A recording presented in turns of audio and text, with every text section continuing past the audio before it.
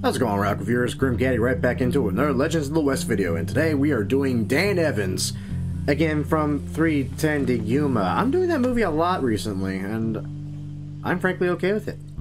So without further ado, I decided to skip the whole entire go to a general store, find the changing room, and all that joyous nonsense.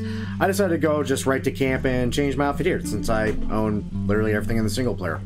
So, let's get to the outfit, shall we? So, I gotta say, this is a very interesting outfit to make, because I feel like I had an easier time doing Ben Wade's or even Prince's outfit. Hell, Red Harlow's outfit, I feel, was easier to kind of nail down this. Like, there are little bits and pieces about this outfit that bug me. That said, I think we got fairly close to what we wanted here. So let's go down the list, shall we?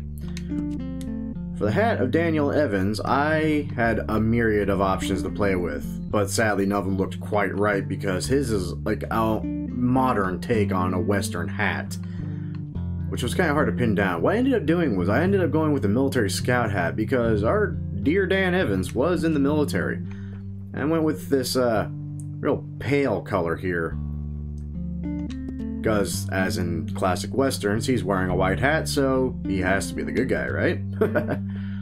For coats, that was easier. Duster coat, also in a pale color. Now, we have an option for pale colors. I personally went with the one that actually kind of matched the hat.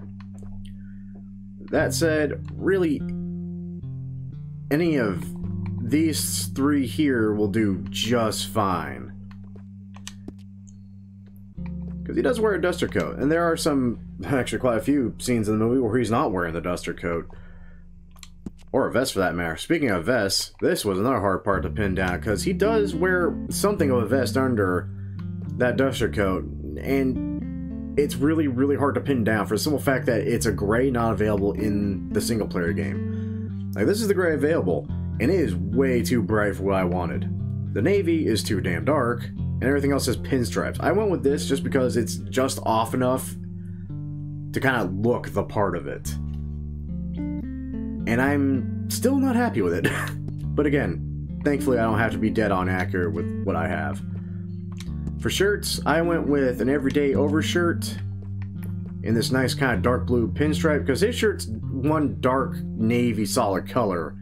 But sadly, since we don't have a dark navy solid color, I went with dark navy pinstripes, because it's what's available to me. For pants, I went with good old work pants in this kind of dark olive color, because his does. And I'm kind of sad I can't find any with like patchwork on them like I can online. Makes me a little sad about that, honestly. Next, we actually have suspenders, because there's actually a couple scenes where he doesn't have anything on other than his shirt and his pants. I can clearly see he has these wonderful brown cotton suspenders on with these little brass bits on them.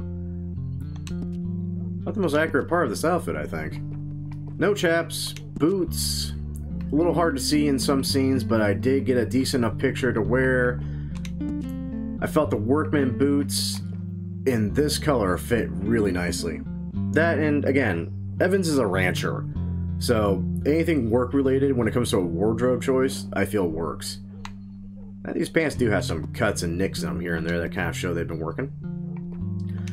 Spurs, I don't really see him wear spurs in the movie, though if you want to throw spurs on, again, it's hard to argue with the Neller and their look. And I personally would go with this color if you decide to throw spurs on your Dan Evans. That said, I don't recall him wearing spurs. And glancing through screenshots, clips, and all that, I don't see any spurs. No masks, no bandanas, no neckwear. He does wear gloves in a few scenes, though. And for those, they're full-fingered riding gloves with like a hint of red in them. So I went personally with this option just because it does have that little hint of red in them.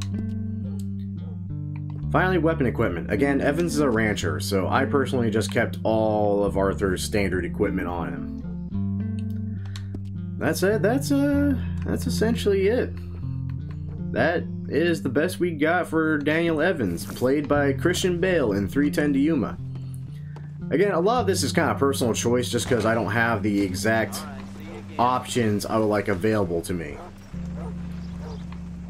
But I think we got a fairly decent look on it. Why is my mustache growing faster than my facial hair again? That's bugging the crap out of me.